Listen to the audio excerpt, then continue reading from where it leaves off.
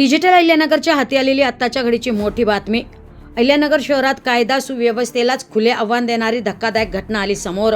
वर्धेतील महिला पोलिसालाच जीवे मारण्याची धमकी। नगर शहरात राहतेच कशी ते बघतो म्हणत सरकारी कामात अडथळा। सरकारी पंचनामा सुरू असताना महिला पोलीस कर्मचाऱ्यांशी अर्वाच्य भाषेत शिवीगाळ, धमकी आणि अंगठी हिसकावल्याचा आरोप। अहिल्यानगर शहरात कायदा आणि सुव्यवस्थेलाच थेट आव्हान देणारी धक्कादायक घटना समोर आली। कोतवाली पोलीस ठाण्यात कार्यरत महिला पोलीस अंमलदार या 17 जुलै 2026 रोजी गुन्हा क्रमांक 675/2026 मधील तपासासाठी पंचपीर चावडी परिसरात पंचनामा करण्यासाठी गेल्या होत्या। त्यावेळी पंचनामा सुरू असताना एका अनोळखी व्यक्तीने वारंवार हस्तक्षेप करत सरकारी कामात अडथळा निर्माण केल्याचा गंभीर आरोप फिर्यादीत करण्यात आलाय।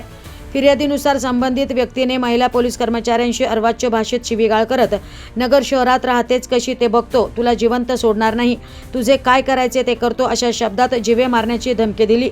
एवढेच नव्हे तर सरकारी कर्तव्य बजावत असताना त्यांच्या हातातील सुमारे 30,000 रुपये किमतीची 3 ग्रॅम वजनाची सोन्याची अंगठी जबरदस्तीने काढून घेतल्याचाही आरोप करण्यात आलाय। या घटनेमुळे गंभीर प्रश्न उपस्थित झालाय। सरकारी कर्तव्य बजावत असलेल्या वर्धेतील महिला पोलीसच जर सुरक्षित नसतील तर सर्वसामान्य महिलांच्या सुरक्षेचं काय?